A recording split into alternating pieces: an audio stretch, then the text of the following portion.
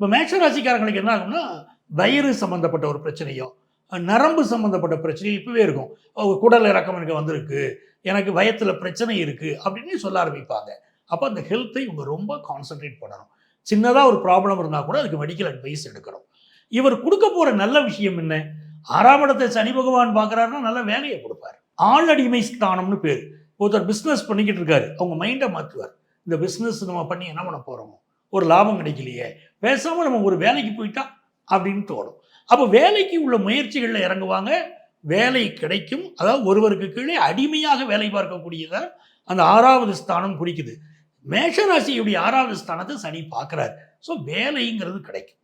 2வது விஷயம் என்ன கேட்டிங்கன்னா, அந்த சனியுடைய பார்வை இவங்களுடைய பித்ரு ஸ்தானம், அதாவது 9வது ஸ்தானம் தர்மஸ்தானம்னு சொல்கிறோம், அதை சனி பார்க்குறாரு. இது ப்ளஸ் ஆகும். இது எப்படின்னா ஃபாரின் போகணும்னு நினைப்பாங்க பாருங்கள், அவங்களுக்கெல்லாம் நல்ல ஆப்பர்ச்சுனிட்டி கிடைக்கும். ஆனால் இந்த மேஷராசிக்காரங்களுக்கு அடிப்படையில் என்னன்னு கேட்டிங்கன்னா, செவ்வாய் ஆட்சியாக இருக்கக்கூடிய இந்த வீட்டில் அந்த செவ்வாய் மேஷத்துக்கும் அதிபதி, அவங்களுக்கு 8ஆம் இடமான விருச்சிகத்துக்கும் அதிபதி. அப்போ இது எப்போவுமே சகோதர உறவுனால ஒரு மனத்தாங்கல், ஒரு பிரச்சனை இந்த மேஷராசிக்காரர்களுக்கு இருந்துக்கிட்டே இருக்கும். பல மேஷராசிக்காரங்க பார்த்தீங்கன்னா சின்ன வயசில் சகோதரன்ட்ட ஃப்ரெண்டு மாதிரி பழகுவாங்க. ஒரே மாதிரி ஷர்ட் போட்டுக்கிறது, ரொம்ப அன்பாக இருக்கிறதெல்லாம் இருக்கும். ஒரு ஏஜுக்கு பிறகு என்னை சொத்துல அவன் ஏமாற்றிட்டான், சொத்தை கொடுக்காம ஏமாற்றிட்டான், என் தம்பி என்னை ஏமாற்றிட்டான், எங்கள் அண்ணன் என்னை ஏமாற்றிட்டாரு அப்படின்னு மேஷராசிக்காரர்கள் சொல்லி கொண்டிருப்பார்கள். அப்படிப்பட்டவங்க